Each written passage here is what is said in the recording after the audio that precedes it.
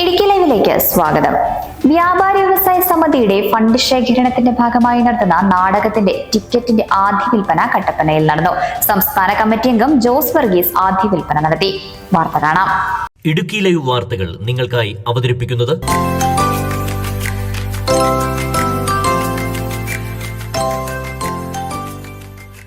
ജനുവരി 31 മുരിക്കാശ്ശേരി മാതാ ഓഡിറ്റോറിയത്തിൽ വെച്ചാണ് വൈക്കം മാളവികയുടെ ജീവിതത്തിന് ഒരു ആമുഖം എന്ന നാടകം അവതരിപ്പിക്കുന്നത്.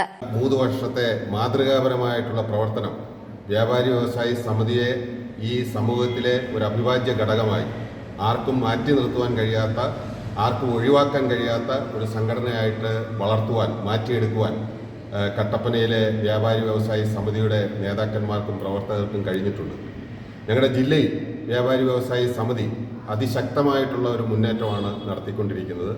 ഞങ്ങളുടെ പ്രവർത്തന ഫണ്ട് സമാഹരിക്കുന്നതിന് വേണ്ടി 2026 ജനുവരി മാസം 31-ാം തീയതി മുരിക്കാശ്ശേരി മാതാ ഓഡിറ്റോറിയത്തിൽ ഇന്ന് കേരളത്തിലെ ഏറ്റവും പ്രശസ്ത നാടക ട്രൂപ്പായ വൈക്കം മാളവികയിൽ ജീവിതത്തിന് ഒരു ആമുഖം എന്ന നാടകം ഞങ്ങൾ സംഘടിപ്പിച്ചിരിക്കുകയാണ്. വ്യാപാരി വ്യവസായി സമിതി സംസ്ഥാന കമ്മിറ്റി അംഗം ജോസ് വർഗീസ് നെജുമുദ്ദീൻ എസിന് നൽകി ആദ്യ വിൽപ്പന നിർവഹിച്ചു.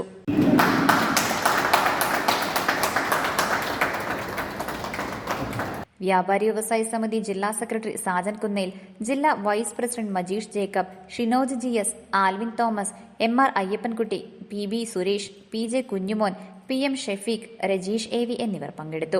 Idukki live news Kattappana. Idukki live വാർത്തകൾ നിങ്ങൾക്കായി അവതരിപ്പിച്ചത്